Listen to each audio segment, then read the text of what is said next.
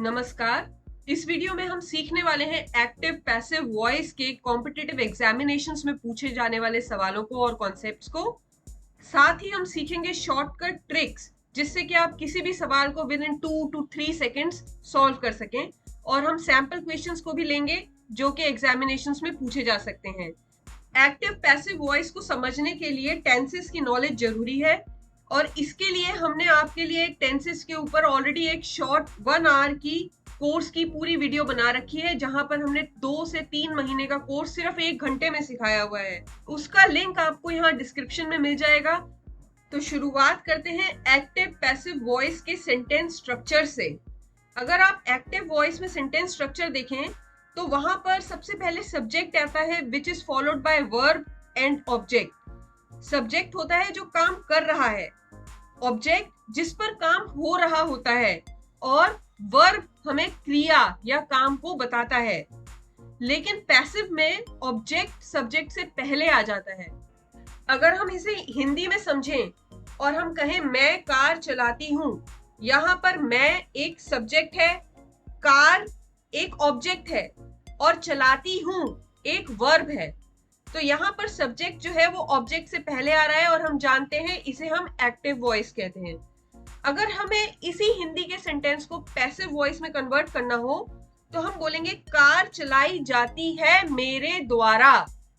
Car जो कि एक ऑब्जेक्ट है, यहाँ पर वो सब्जेक्ट से पहले आ रही है, पर सेंटेंस का मीनिंग दोनों ही सेंटेंसेस का एकदम एक ही है। अब हम इसी सेंटेंस को इंग्लिश में ट्रांसलेट करके देखते हैं कि एक्टिव और पैसिव वॉइस में कैसे कन्वर्जन होता है। I drive car. आई यहाँ पर सब्जेक्ट है, ड्राइव एक वर्ब है और कार एक ऑब्जेक्ट है जिस पर काम हो रहा है। जब हम इसे पैसिव वॉइस में बोलेंगे तो हम कहेंगे the car is driven by me. तो यहाँ पर आपकी पहली ट्रिक आ गई है जिसे आप नोट कर लीजिए कि हमें हमेशा मेन वर्ब की थर्ड फॉर्म मिलेगी पैसिव वॉइस में। चाहे सेंटेंस पास्ट का हो, प्रेजेंट का हो या फ्यूचर का हो, हमेशा मेन वर्ब की थर्ड फॉर्म आएगी पैसिव वॉइस के सेंटेंसेस के अंदर। जैसा कि आप टेंसेस वाली वीडियो में देख चुके होंगे कि डिफरेंट टेंसेस के अंदर सेंटेंस फॉर्मेशंस डिफरेंट तरीके से होती हैं। हम आगे वाली स्लाइड्स में भी यही नोटिस करने वाले हैं, डिफरेंट टेंसेस में active to passive voice conversion कैसे होता है। तो चलिए अब आगे बढ़ते हैं। यहां पर हम देखते हैं इंडेफिनिट टेंस को। इंडेफिनिट टेंस में एक्टिव वॉइस के अंदर हमेशा सेंटेंस स्ट्रक्चर होगा subject followed by verb followed by object. और जब एक्टिव वॉइस को हम पैसिव वॉइस में कन्वर्ट करेंगे तो ऑब्जेक्ट पहले आ जाएगा और बीच में is, am, are, was, were या will be on the basis of tense. यानी पास्ट है तो वॉज या वर आएगा, अगर फ्यूचर टेंस है तो विल बी आएगा, और मेन वर्ब की थर्ड फॉर्म प्लस सब्जेक्ट। अब हम एग्जाम्पल्स के थ्रू इसे और भी ज्यादा अच्छे से समझने की कोशिश करते हैं। She teaches me. यहां पर शी एक सब्जेक्ट है, टीचेस वर्ब, मी ऑब्जेक्ट। मेरे पे काम हो रहा है, पढ़ाने का काम हो रहा है, इसलिए मी जो है वो एक ऑब्जेक्ट है। अब जब हम इसे पैसिव वॉइस में कन्वर्ट करेंगे तो हम बोलेंगे I am taught by her. यहां पर टॉट लगा है, taught is the third form of the main verb. Next sentence देखिए, they like you, you are liked by them. Why do you tell a lie. अब यहां पर यह double interrogative sentence है। डबल इंटेरोगेटिव हमेशा passive में भी double interrogative रहेगा, इंटेरोगेटिव इंटेरोगेटिव रहेगा, एफर्मेटिव सेंटेंस एफर्मेटिव रहेगा और नेगेटिव सेंटेंस नेगेटिव रहेगा। यह एक बेसिक कॉन्सेप्ट है जिसे आप अच्छे से ध्यान में रखिएगा। तो अब हम जानते हैं कि यह डबल इंटेरोगेटिव है तो इसकी शुरुआत वाई से ही होगी। और अब हम ये सीख चुके हैं कि मेन वर्ब की थर्ड फॉर्म यानी टोल्ड आएगा बीच में, तो सेंटेंस बनेगा why is a lie told by you. Next sentence है he will fly a kite, a kite will be flown by him.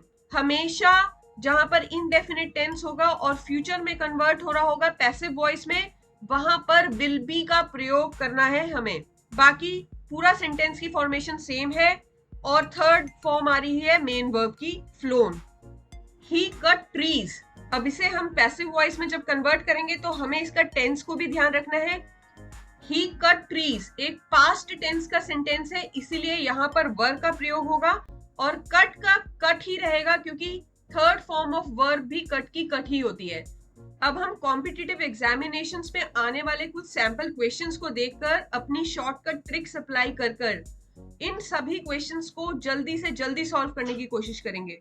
The housekeeper arranged the furniture in order. Options given are the furniture had to be arranged in order by the housekeeper. The furniture were to be arranged in order by the housekeeper. The furniture were arranged in order by the housekeeper. The furniture had been arranged in order by the housekeeper. अब हम सीख चुके हैं कि यह simple tense का एक sentence है जहां पर हमें सिर्फ वर्ब का प्रयोग करना है और थर्ड फॉर्म ऑफ वर्ब लगेगी। तो यहाँ पर जो ऑप्शन सी दिख रहा है आपको, द फर्नीचर वर अरेंज्ड, यहाँ पर यह ऑप्शन करेक्ट ऑप्शन है। यह हमने देखते ही पहचान लिया कि यहाँ पर वर लगा हुआ होगा या वॉज लगा होगा और साथ में third form of main verb use हो रही होगी। नेक्स्ट क्वेश्चन देखते हैं। Rahul cleans the dishes every day. यहाँ ऑप्शन है every day Rahul cleans the dishes, dishes were cleaned by Rahul, dishes cleaned by Rahul every day, dishes are cleaned by Rahul every day. हम जानते हैं कि यह एक प्रेजेंट का इंडेफिनिट टेंस का क्वेश्चन है, तो इसका आंसर भी प्रेजेंट में ही होना चाहिए और यहाँ पर सिर्फ एक ही ऑप्शन है जहां पर प्रेजेंट टेंस में दिया हुआ है आंसर, वो है डी ऑप्शन। और यहाँ पर हम मेन वर्ब की थर्ड फॉर्म भी यूज की हुई है, so D is the right option. Next है कॉन्टिन्यूअस टेंस। यहाँ पर हमेशा सेंटेंस में मेन वर्ब की फर्स्ट फॉर्म के साथ में आईएनजी यूज होता है। यह हम टेंसेस वाली वीडियो में भी सीख चुके हैं अपनी।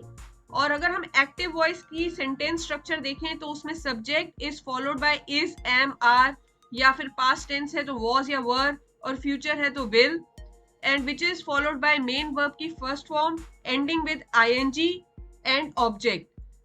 और यहाँ पर जब हम पैसिव वॉइस में कन्वर्ट करते हैं तो सबसे पहले आता है object which is followed by is, am, are.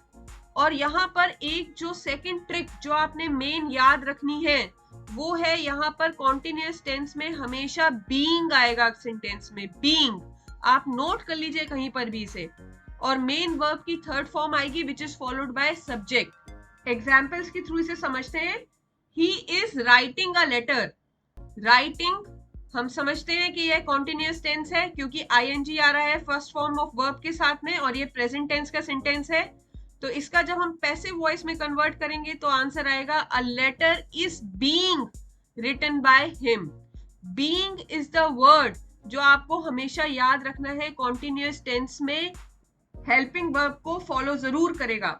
Next example है शी इज राइडिंग बाइसिकल, जिसका पैसिव वॉइस होगा द बाइसिकल इज, हम जानते हैं बीइंग जरूर आएगा तो यहाँ पर बीइंग लगाइए और थर्ड फॉर्म मेन वर्ब की, तो जो सेंटेंस बनेगा वो बनेगा the bicycle is being ridden by हर।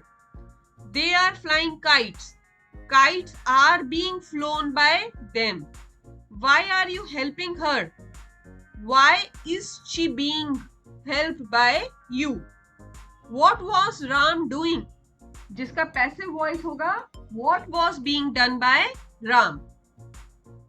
अब हम प्रीवियस ईयर्स में आए हुए कुछ क्वेश्चंस को देखते हैं जो कि कॉन्टिन्यूअस टेंस के ऊपर बेस्ड है।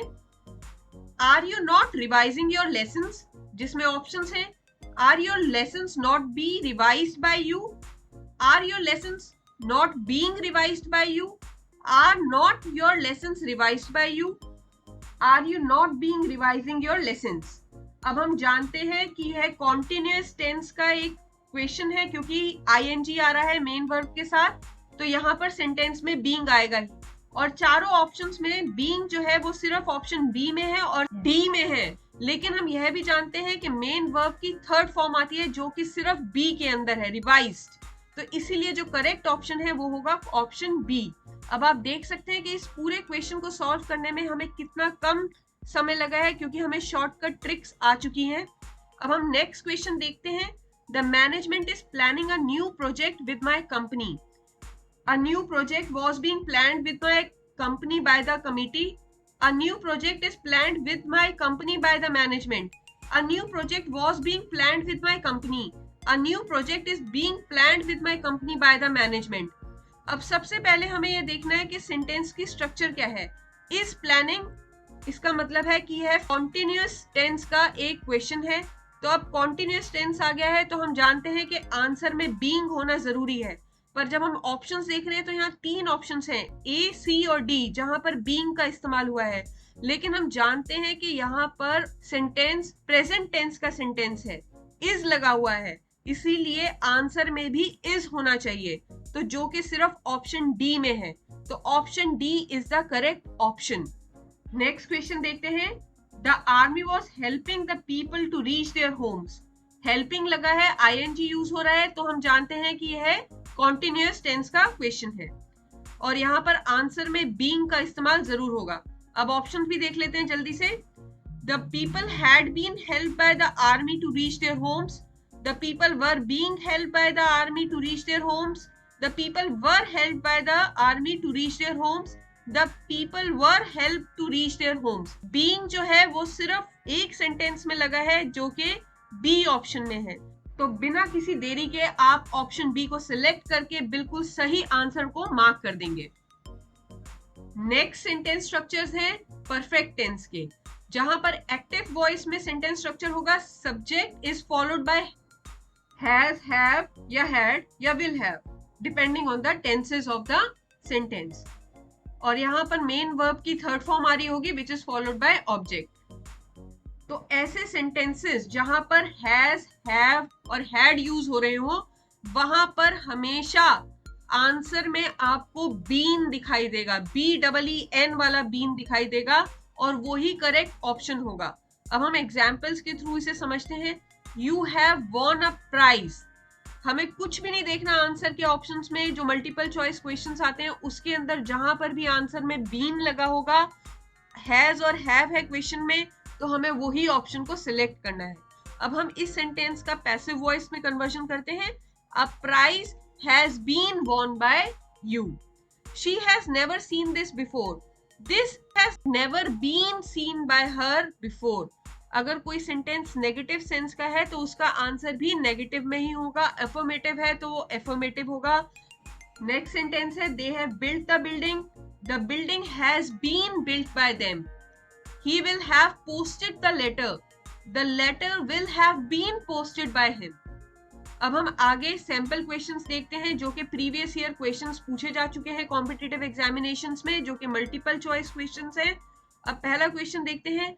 The melody has been composed wonderfully by AR Rahman. Options दिए हुए हैं हमें. AR Rahman had composed the melody wonderfully. AR Rahman wonderfully composed the melody. AR Rahman has been composing the melody wonderfully. AR Rahman has composed the melody wonderfully. अब हम यह sentence में देख रहे हैं कि हैज बीन आ रहा है ऊपर और यह पैसिव वॉइस का क्वेश्चन है और हमें इसे एक्टिव में कन्वर्ट करना है. तो सिर्फ हमें हैज तो आएगा ये आंसर में और बीन को हटा देना है. तो ऐसा ऑप्शन सिर्फ ऑप्शन डी है और आपका करेक्ट आंसर हो गया ऑप्शन डी. अब नेक्स्ट क्वेश्चन देखते हैं. He had left the job. यहाँ पर had आ रहा है तो ऑप्शन में हम जानते हैं कि आंसर में बीन जरूर आएगा. तो अब हम ऑप्शन देखते हैं. The job has been left by him. The job had been left by him. The job was being left by him. The job has been left. पर सभी ऑप्शंस में आपको बीन दिखाई देगा, लेकिन आप जानते हैं कि यह क्वेश्चन जो है वो पास्ट टेंस का क्वेश्चन है तो आंसर भी पास्ट टेंस में होना चाहिए. ऑप्शन ए और डी दोनों के दोनों प्रेजेंट टेंस के हैं तो ये दोनों रिजेक्ट हो जाते हैं. अब हमारे पास बचे दो ऑप्शंस बी और सी, लेकिन आप जानते हैं कि अगर हैड लगाए तो हैड बीन आएगा, तो इसीलिए option B is the correct answer. The information has not been brought to my attention by him. अब यह क्वेश्चन जो है वो पैसिव वॉइस का है और हमें इसे एक्टिव में कन्वर्ट करना है. अब हम ऑप्शंस देख लेते हैं. My attention has not been brought under the information. He has not brought the information to my attention. He has been not brought the information to my attention. He did not bring the information to my attention. अब हम जानते हैं has not been लगा है तो answer में has not आएगा, been हट जाएगा. तो ऐसा ऑप्शन सिर्फ बी ऑप्शन है और हम बिना कुछ फर्दर सोचे बी ऑप्शन को मार्क कर देंगे, जो कि बिल्कुल सही जवाब है। तो अब हम सारी शॉर्टकट ट्रिक्स सीख चुके हैं और कंपटीशन एग्जाम्स में ये शॉर्टकट ट्रिक्स को इस्तेमाल करके जल्दी से सही आंसर्स को सिलेक्ट करने के लिए तैयार हो चुके हैं। अगर आपको हमारा वीडियो पसंद आया है तो हमारी इस वीडियो को लाइक और शेयर जरूर कीजिएगा और चैनल को सब्सक्राइब जरूर कीजिएगा।